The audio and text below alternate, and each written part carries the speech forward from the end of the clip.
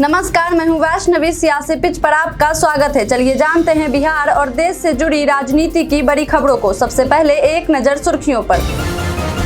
चुनाव आयोग ने कांग्रेस और भाजपा को चुनाव प्रचार की गुणवत्ता में सुधार लाने की दी नसीहत। 8वीं बार बिहार आएंगे पीएम मोदी। 25 मई को बक्सर समेत इन जगहों पर करेंगे चुनावी रैली। तीसरी बार पावर में आने पर क्या बदलाव लाएगी बीजेपी सरकार, प्रशांत किशोर ने बताया। बीजेपी में आना चाहते थे कमलनाथ, कैलाश विजयवर्गीय का बड़ा खुलासा। चुनावी मैदान में प्रियंका गांधी को न उतारने का फैसला किसका, खड़गे ने दिया जवाब। अब खबरें विस्तार से। पवन सिंह को बीजेपी ने किया पार्टी से निष्कासित, अनुशासनहीनता पर हुई कार्रवाई। भाजपा ने भोजपुरी गायक और अभिनेता पवन सिंह को पार्टी से निकाल दिया है। पवन सिंह पर यह कार्रवाई उनके बिहार के काराकाट संसदीय सीट से निर्दलीय चुनाव लड़ने को लेकर हुआ है। काराकाट सीट एनडीए के सहयोगी दल के खाते में गई है और यहां से उपेंद्र कुशवाहा चुनाव लड़ रहे हैं, लेकिन पवन सिंह ने निर्दलीय रूप से चुनावी मैदान में उतरकर भाजपा के फैसले को खुली चुनौती दे दी। पवन सिंह की इस अनुशासनहीनता के कारण भाजपा ने अब उनके खिलाफ कार्रवाई की है और पार्टी से निष्कासित कर दिया है। रात में पटना में आकर क्या करते हैं पीएम मोदी, तेजस्वी यादव ने किया बड़ा खुलासा। प्रधानमंत्री नरेंद्र मोदी 1 महीने में 2 बार बिहार में रात्रि विश्राम कर चुके हैं। पहली बार पीएम 12 मई को रोड शो के बाद पटना में राजभवन में रात्रि विश्राम के लिए रुके थे। वहीं 20 मई को दूसरी बार पीएम मोदी ने पटना में प्रवास किया था। पीएम के बिहार में रात्रि विश्राम को लेकर नेता प्रतिपक्ष तेजस्वी यादव ने बड़ा खुलासा किया है। तेजस्वी यादव ने कहा कि पीएम मोदी इतने डरे हुए हैं कि वो रात में यहाँ रुकते हैं। गवर्नर हाउस उन्होंने कहा कि रात के अंधेरे में किन किन लोगों को बुलाया गया है और क्या क्या निर्देश दिया जाता है, ये हम सब लोग जानते हैं, लेकिन इससे कोई फर्क पड़ने वाला नहीं है। योगेंद्र यादव ने प्रशांत किशोर के दावे को किया खारिज, बताया बीजेपी को मिलेगी कितनी सीटें। योगेंद्र यादव ने जनसुराज के संयोजक प्रशांत किशोर के उस आकलन को खारिज कर दिया है जिसमें उन्होंने कहा था कि बीजेपी 300 सीटें जीत सकती है। योगेंद्र यादव ने कहा कि बीजेपी सोच रही है कि उसको 2019 से भी बड़ी जीत मिलने वाली है, लेकिन ऐसा नहीं होने जा रहा है। योगेंद्र यादव ने कहा है कि बीजेपी को इस बार 250 के आसपास सीटें आएंगी और एनडीए 268 सीटों पर सिमट सकती है। वोट कटवा कहने पर भड़के ओवैसी, पीएम मोदी पर भी साधा निशाना। एआईएमआईएम के नेता असदुद्दीन ओवैसी ने खुद को वोट कटवा कहने पर समाजवादी पार्टी और कांग्रेस पर हमला बोला है। ओवैसी ने कहा है कि वोट कटवा का आरोप गलत है, वह लोग बौखलाहट में आ चुके हैं। ओवैसी ने कहा कि जो लोग 2014 से अभी तक बीजेपी को हरा नहीं पाए और जीत नहीं हासिल कर पाए, वह गलत आरोप लगा रहे हैं। तो वहीं प्रधानमंत्री नरेंद्र मोदी का जिक्र करते हुए ओवैसी ने कहा कि उन्होंने दलितों और पिछड़ों का आर्थिक आधार पर 10% आरक्षण देकर धोखा दिया है, उससे दलितों और पिछड़ों का हक मारा गया है। जगन्नाथ मंदिर के रत्न भंडार की गुम हुई चाबियों को लेकर सियासत तेज। पीएम मोदी ने सोमवार 20 मई को ओडिशा के ढेंकनाल में चुनावी रैली करते हुए बीजू जनता दल और मुख्यमंत्री नवीन पटनायक पर जगन्नाथ मंदिर के रत्न भंडार की गुम हुई चाबियों को लेकर निशाना साधते हुए कहा था कि बीजेडी सरकार में जगन्नाथ मंदिर भी सुरक्षित नहीं बचा है। पिछले 6 साल से रत्न भंडार की चाबी का अता पता नहीं है। इसके पीछे का बहुत बड़ा राज बीजेडी सरकार और मुख्यमंत्री नवीन पटनायक के करीबी लोग छिपा रहे हैं। तो वहीं अब पीएम मोदी के बयान पर सीएम नवीन पटनायक की बीजेडी सरकार ने भी पलटवार किया है। वीके पांडेयन के न्यूज एजेंसी पीटीआई से बात करते हुए कहा, प्रधानमंत्री को इतना जानकारी है तो उन्हें पता लगाना चाहिए कि चाबियां कहां गई। प्रधानमंत्री के अधीन इतने सारे अधिकारी हैं, उन्हें कुछ जानकारी तो होगी ही। वह ओडिशा के लोगों की भी जानकारी बढ़ा सकते हैं। बता दें कि साल 2018 में ओडिशा हाईकोर्ट ने राज्य सरकार को निरीक्षण करने का आदेश दिया था, लेकिन रत्न भंडार की आंतरिक कक्ष की चाबियां गायब मिली थी। इसको लेकर कोई आधिकारिक जानकारी नहीं है कि रत्न भंडार में कितना खजाना है, लेकिन दावा किया जाता है कि रत्न भंडार में सोना और हीरे का भंडार है।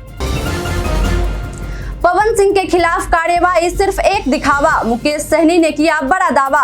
पवन सिंह को बीजेपी से निष्कासित किए जाने के बाद अब वीआईपी सुप्रीमो मुकेश सहनी ने बड़ा दावा किया है। मीडिया से मुखातिब होते हुए मुकेश सहनी ने कहा कि पवन सिंह के खिलाफ बीजेपी की ये कार्रवाई सिर्फ दिखावा है।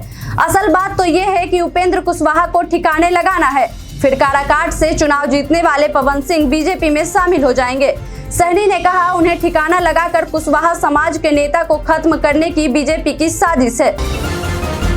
8वीं बार बिहार आएंगे पीएम मोदी। 25 मई को बक्सर समेत इन जगहों पर करेंगे चुनावी रैली।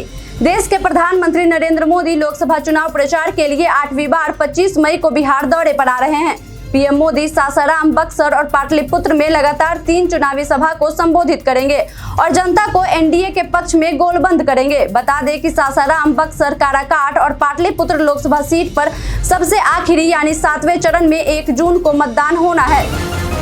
रक्षा मंत्री के चुनावी सभा में केवल कार्यकर्ता और नेता रहे मौजूद। मंत्री मिथिलेश ने कसा तंज। मंत्री मिथिलेश ठाकुर ने बोकारो में रक्षा मंत्री राजनाथ सिंह की चुनावी सभा को लेकर वीडियो जारी करते हुए कहा है कि रक्षा मंत्री की सभा में जिस प्रकार से भीड़ देखी गई, हम कह सकते हैं कि काठ की हांडी एक ही बार चढ़ती है। सभा में सिर्फ कार्यकर्ता और नेता नजर आए। बता दें कि मंगलवार को बोकारो में रक्षा मंत्री राजनाथ सिंह की सभा में लोग जरूर पहुंचे थे, लेकिन जब राजनाथ सिंह ने भाषण देना शुरू किया तो कुर्सियां खाली हो गई। इसी को लेकर मंत्री मिथिलेश ठाकुर ने उन पर तंज कसा है। चुनावी मैदान में प्रियंका गांधी को न उतारने का फैसला किसका? खड़गे ने दिया जवाब। प्रियंका गांधी को चुनावी मैदान में न उतारने का फैसला किसका था? इस पर अब कांग्रेस के अध्यक्ष मल्लिकार्जुन खड़गे ने चुप्पी तोड़ी है। पीटीआई को दिए एक साक्षात्कार में खड़गे ने बताया कि यह सोनिया गांधी, राहुल गांधी और खुद प्रियंका गांधी का निर्णय था। हालांकि खड़गे ने भी प्रियंका गांधी के चुनाव न लड़ने को उचित ठहराया है। खड़गे ने कहा है कि सोनिया गांधी 30 साल से राजनीति में हैं और उन्हें पता है कि किसे कहां से चुनाव लड़ना चाहिए। कांग्रेस प्रमुख ने आगे कहा कि प्रियंका भी राहुल गांधी के साथ हमारे स्टार प्रचारक हैं। कांग्रेस को नहीं पता कहां हुआ था प्रभु राम का जन्म। महाराजगंज में बोले सीएम मोहन यादव। मध्य प्रदेश के मुख्यमंत्री डॉक्टर मोहन यादव ने विपक्ष के पूर्ववर्ती सरकारों की कार्यप्रणाली का हवाला देते हुए कांग्रेस पर जमकर हमला बोलते हुए कहा है कि कांग्रेस के शासनकाल में देश की सीमाएं असुरक्षित थी। घोटालों के चलते पूरा देश अस्त व्यस्त था। उन्होंने कहा कि पूरे देश को मालूम है कि भगवान राम का जन्म अयोध्या में हुआ था, लेकिन कांग्रेस को यह पता नहीं है। कूड़ेदान में फेंक देंगे अग्निवीर योजना। महेंद्रगढ़ से बोले राहुल गांधी। कांग्रेस सांसद राहुल गांधी बुधवार को हरियाणा के महेंद्रगढ़ पहुंचे और जहां उन्होंने जनसभा को संबोधित किया। इस दौरान उन्होंने कहा, अगर इंडी गठबंधन की सरकार आई तो सबसे पहले अग्निवीर योजना को कूड़ेदान में फेंक देंगे और शहीदों के परिवार को हर तरह की सुविधाएं दी जाएगी। किसकी वजह से बना पीओके? सीएम शिवराज ने गिनवाए पंडित नेहरू की गलतियां। मध्य प्रदेश के पूर्व मुख्यमंत्री और भाजपा के दिग्गज नेता शिवराज सिंह चौहान ने बुधवार को कांग्रेस पर निशाना साधा। उन्होंने कहा कि आज पूरा देश ये पूछ रहा है कि किसकी वजह से देश का बंटवारा हुआ। विभाजन का कारण कांग्रेस और पंडित नेहरू थे। धारा 370 लगाने का पाप किसने किया? अगर 3 दिन और युद्ध चल जाता तो संपूर्ण कश्मीर हमारा होता। पीओके किसकी वजह से बना? पंडित जवाहरलाल नेहरू की वजह से बना। तीसरी बार पावर में आने पर क्या बदलाव लाएगी बीजेपी सरकार? प्रशांत किशोर ने बताया। जन सुराज पार्टी प्रमुख प्रशांत किशोर ने एक निजी टीवी चैनल को दिए इंटरव्यू में बताया कि मोदी सरकार बनने के बाद देश में क्या बदलाव होने वाले हैं। उन्होंने बताया कि तीसरी कार्यकाल में पेट्रोलियम को वस्तु एवं सेवा कर जीएसटी के तहत लाया जा सकता है और राज्यों की वित्तीय स्वायत्तता पर लगाम लगाया जा सकता है। पीके ने कहा कि राज्यों के पास वर्तमान में राजस्व के 3 प्रमुख स्रोत हैं, पेट्रोलियम, शराब और जमीन। मुझे आश्चर्य नहीं होगा अगर पेट्रोलियम को जीएसटी के दायरे में लाया जाए। बता दें कि मौजूदा समय में पेट्रोल, डीजल, एटीएफ और नेचुरल गैस जैसे पेट्रोलियम जीएसटी के दायरे से बाहर हैं। हेमंत सोरेन को सुप्रीम कोर्ट से नहीं मिली राहत, नहीं कर पाएंगे चुनाव प्रचार। झारखंड के पूर्व मुख्यमंत्री हेमंत सोरेन ने सुप्रीम कोर्ट से अपनी याचिका वापस ले ली है। बुधवार को इस मामले में दलीलें पेश करने के बाद जब जज ने याचिका को खारिज करने की बात कही तो हेमंत सोरेन के वकील कपिल सिब्बल ने याचिका वापस लेने की अनुमति देने का आग्रह किया। इसके साथ ही सुप्रीम कोर्ट ने टिप्पणी की है कि सोरेन के वकीलों ने तथ्यों को छिपाया और मामले को स्पष्टता के साथ नहीं रखा है। पीठ ने सवाल किया कि जब सोरेन ने सुप्रीम कोर्ट का रुख किया था तब इस बात की जानकारी क्यों नहीं दी गई कि उनकी जमानत अर्जी स्पेशल कोर्ट के सामने पेंडिंग है और निचली अदालत पहले ही चार्जशीट पर संज्ञान ले चुकी है। सारण में रूढ़ी बढ़ा रहे हिंसा। छपरा हिंसा मामले पर बोले तेजस्वी यादव। छपरा हिंसा मामले में पुलिस की जांच जारी है। इस मामले में 2 लोगों को गिरफ्तार कर लिया गया है। इसी कड़ी में अब नेता प्रतिपक्ष तेजस्वी यादव ने इस मामले की उच्च स्तरीय जांच की मांग की है। तेजस्वी ने कहा कि इस घटना की अच्छी तरह से जांच होनी चाहिए और दोषियों पर जल्द से जल्द एक्शन होना चाहिए। वहीं राजीव प्रताप रूढ़ी को लेकर तेजस्वी यादव ने कहा कि आप खुद देख लीजिए, वह एक पढ़े लिखे आदमी होकर कैसी बातें कर रहे हैं। वह अपनी बातों से हिंसा बढ़ाने का काम कर रहे हैं। बीजेपी से निष्कासित होने पर पवन सिंह की आई पहली प्रतिक्रिया। बिहार के काराकाट लोकसभा सीट से निर्दलीय उम्मीदवार के रूप में चुनावी मैदान में उतरे भोजपुरी एक्टर पवन सिंह को बीजेपी ने पार्टी से निकाल दिया है। इसके बाद पवन सिंह ने सोशल मीडिया मंच एक्स पर पोस्ट शेयर करते हुए अपनी बात सामने रखी है। पवन सिंह ने पोस्ट में लिखा है कि कल भी महाभारत में अभिमन्यु अकेला था। कृष्ण और पांडव के होते हुए चक्रव्यूह में घेर कर राक्षसों ने मारा था। आज भी रण में अभिमन्यु अकेला है, लेकिन जनता उसके साथ है। इसके साथ एक अन्य पोस्ट में पवन सिंह ने लिखा कि अपना कर्तव्य हम निभाएंगे। बढ़ाई जाए वोटिंग की टाइमिंग, पंजाब बीजेपी ने की चुनाव आयोग से मांग। पंजाब बीजेपी ने चुनाव आयोग से वोटिंग की टाइमिंग बढ़ाने की मांग की है। गर्मी को देखते हुए टाइमिंग को सुबह 6 बजे से शाम 7 बजे तक करने की मांग की गई है। पंजाब बीजेपी के चीफ सुनील जाखड़ ने बुधवार को निर्वाचन को चिट्ठी लिखी है और उन्होंने मतदान की अवधि को 2 घंटे बढ़ाने की मांग की है। हालांकि देश भर में मतदान सुबह 7 बजे से शाम 6 बजे तक कराया जा रहा है।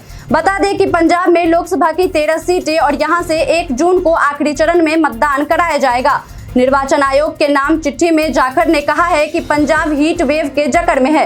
ऐसे में मतदाताओं के लिए भीषण गर्मी के बीच मतदान करना बेहद चुनौतीपूर्ण होने जा रहा है। बीजेपी में आना चाहते थे कमलनाथ, कैलाश विजयवर्गीय का बड़ा खुलासा। मध्य प्रदेश के मंत्री और बीजेपी नेता कैलाश विजयवर्गीय ने दावा किया है कि कमलनाथ बीजेपी में आना चाहते थे। बुधवार को भारत 24 से बातचीत में कैलाश विजयवर्गीय ने कहा, सिर्फ छिंदवाड़ा में और मंडला नहीं बल्कि मध्य प्रदेश की 29 से 29 सीटें जीतेंगे। तो वहीं पूर्व सीएम कमलनाथ पर विजयवर्गीय ने कहा, कुछ बातें सार्वजनिक नहीं की जाती हैं। कमलनाथ आना चाहते थे लेकिन संभव नहीं हो सका। क्यों संभव नहीं हो सका ये मैं नहीं बता सकता, लेकिन इस बारे में विचार जरूर हुआ था। बता दें कि चुनाव की घोषणा से पहले कमलनाथ के बीजेपी में आने की खूब अटकलें चली थी। बहुमत मिलने पर कौन बनेगा इंडिया गठबंधन की ओर से पीएम, जयराम रमेश ने दिया जवाब। अगर विपक्षी गठबंधन को बहुमत मिलता है तो उसकी तरफ से प्रधानमंत्री का चेहरा कौन होगा? इस सवाल पर जवाब देते हुए कांग्रेस महासचिव जयराम रमेश ने कहा है कि एक प्रक्रिया के तहत प्रधानमंत्री का नाम घोषित किया जाएगा। उन्होंने आगे कहा, यह व्यक्तियों के बीच ब्यूटी कॉन्टेस्ट नहीं है, हम एक पार्टी आधारित लोकतंत्र हैं। पार्टियों को बहुमत मिलता है, पार्टी अपना नेता चुनती है और वह नेता प्रधानमंत्री बनता है। उन्होंने आगे कहा कि 2004 में 4 दिन के अंदर मनमोहन सिंह का नाम घोषित हो गया था। इस बार 4 दिन भी नहीं लगेंगे, 2 दिन के अंदर नाम घोषित हो जाएगा। चुनाव आयोग ने कांग्रेस और भाजपा को चुनाव प्रचार की गुणवत्ता में सुधार लाने की दी नसीहत। चुनाव आयोग ने जाति, समुदाय, भाषा और धर्म के आधार पर प्रचार करने के लिए भाजपा और कांग्रेस दोनों पर कड़ी कार्रवाई की है। एक तरफ चुनाव आयोग ने कांग्रेस के स्टार प्रचारकों से रक्षा बलों का राजनीतिकरण न करने की सलाह दी है, तो वहीं भाजपा को ऐसे भाषण न देने की सलाह दी है जिससे समाज में विभाजन पैदा हो। इस मामले में चुनाव आयोग ने भाजपा अध्यक्ष जेपी नड्डा और कांग्रेस अध्यक्ष मल्लिकार्जुन खड़गे को स्टार प्रचारकों को उनके भाषण को सही करने, सावधानी बरतने और शिष्टाचार बनाए रखने के लिए फॉर्मल नोट जारी करने का आदेश दिया है। चुनाव आयोग ने कहा है कि भाजपा और कांग्रेस के स्टार प्रचारकों के चुनाव प्रचार की गुणवत्ता में बेहद गिरावट आई है, जिसके मद्देनजर यह आदेश जारी किए गए हैं। हार देख मर्यादा खो रहा विपक्ष, खड़गे के बयान पर भड़के चिराग पासवान। कांग्रेस के राष्ट्रीय अध्यक्ष मल्लिकार्जुन खड़गे ने पीएम मोदी को सबसे झूठा प्रधानमंत्री बताया है, जिसको लेकर लोजपा रामविलास के चीफ चिराग पासवान ने बड़ा हमला बोला है। उन्होंने कहा है कि अपनी हार को देखकर विपक्ष मर्यादा खो रहा है। विपक्ष को अब तक जिन सीटों पर चुनाव हो गए हैं उनके रुझान मिलना शुरू हो गया है। चिराग ने दावा किया कि छठे चरण के मतदान के बाद ये लोग अपनी मर्यादा और खो देंगे। अब बढ़ते हैं आज के सवाल की ओर। आज का सवाल है कि पवन सिंह के बीजेपी द्वारा पार्टी से निष्कासित करने पर आपकी क्या राय है? आप अपना जवाब हमें हमारे कमेंट सेक्शन में लिखकर जरूर बताएं। आज के लिए इतना ही, धन्यवाद।